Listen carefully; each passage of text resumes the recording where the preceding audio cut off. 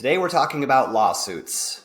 In fact, we're talking about the National Association of Realtors settlement on the lawsuit around commission. Hi, I'm Taj Richardson with Harcourts Home Oregon Coast. It is August 2024, and there is the biggest shift in my almost 20 year of real estate career. And basically every agent out there is starting to do business a new way because of a settlement between the National Association of Realtors and some plaintiffs throughout the country around how commission works in a real estate transaction. In this video, what we'll do is we'll go through about 6 points that really give you the most specific information that you're going to really need to know about as a seller when it comes to working with real estate agents when selling your home. So here's what the settlement means for you as a home seller. So as a real estate agent, I am a commission-based agent. That is the way that we do business. You can find agents that get paid in any number of ways, but the most common way that an agent's going to get paid for helping you sell your home is commission at closing. The big difference in the lawsuit is that I used to work on a commission that I came to an agreement with my seller, and then I'd take a chunk of that and I'd offer it to a buyer's agent who brought a buyer to the transaction. That last part is the difference here. That's what the settlement's all about. And so that change is the most important thing to know about right now. And the first of the 6 points that we'll touch on is the fact that as a seller, you still have the choice to offer compensation to a buyer's agent. I can't advertise that on the multiple listing service, the MLS, where all the websites get the listings that you see on any number of different websites.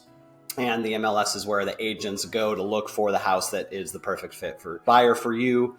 So because you can still offer commission to a buyer's agent as a way to compensate and incentivize a buyer to look at your home, that means that as a seller, you have the right to offer that commission to a buyer, and we can market the fact that you're willing to offer compensation to a buyer's agent. What we can't do, and this is to point number 2, what we can't do is we can't, as real estate agents, go on the multiple listing service, the MLS, and market that you are willing to pay a buyer's agent a commission. We can do that on other sources, maybe Facebook, Instagram, anything that's not MLS marketing, but we can't go on the MLS and say, hey, my seller has decided they want to offer compensation to a buyer.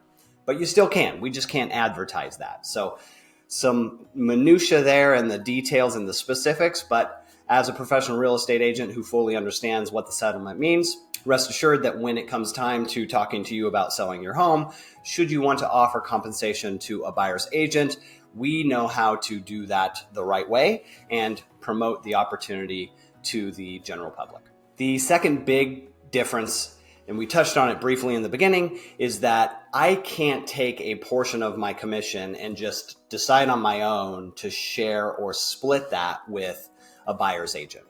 I have to have that conversation up front with you, and I have to lay out all the different options you have, not offering any compensation to a buyer's agent, wait and see what comes to us and take that into consideration when we maybe do a counter offer, or you may tell me, hey, look, I want to offer a percentage or a flat fee to any buyer's agent who brings a buyer for us.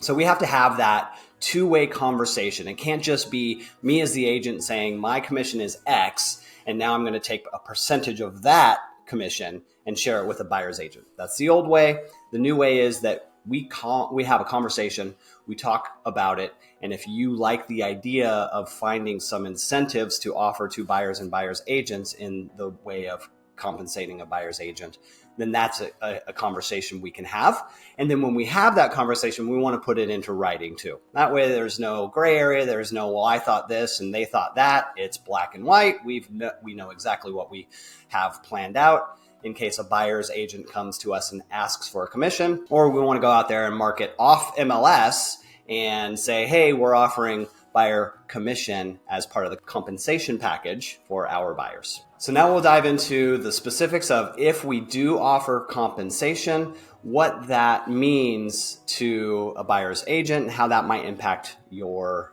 sale of your home. So the last main point of all these points that kind of run together in this settlement with the National Association of Realtors is something that you can still do and just do it a little bit differently.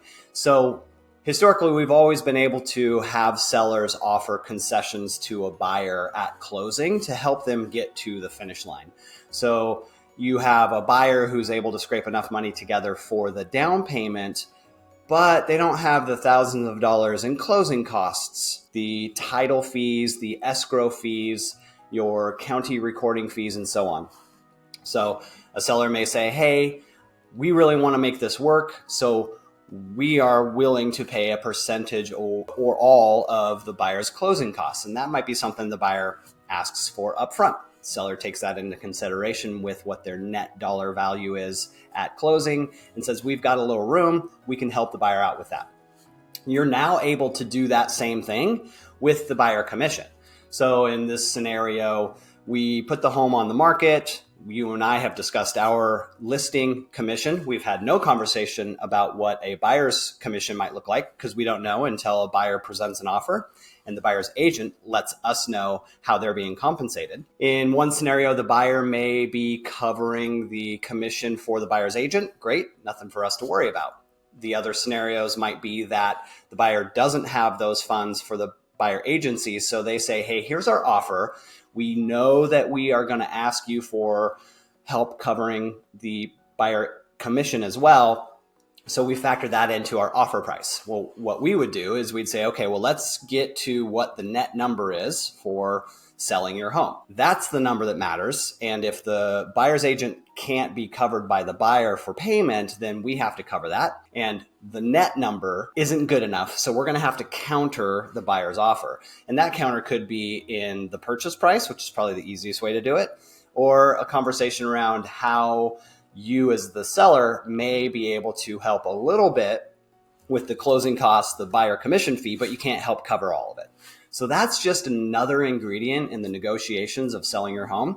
It's something we do every single day at Home Oregon Coast here on the Central Oregon Coast. So the negotiation part, it's really not the hardest part of this whole thing. To be honest, the hardest part is explaining this new way of how we do business. I hope this video helps in a little bit of a way in teaching you some more about what it means from a seller's perspective with the new NAR settlement that takes effect here in August of 2024. I'm Taj Richardson, owner of Harcourts Home Oregon Coast on the Central Oregon Coast. Thank you for watching this video.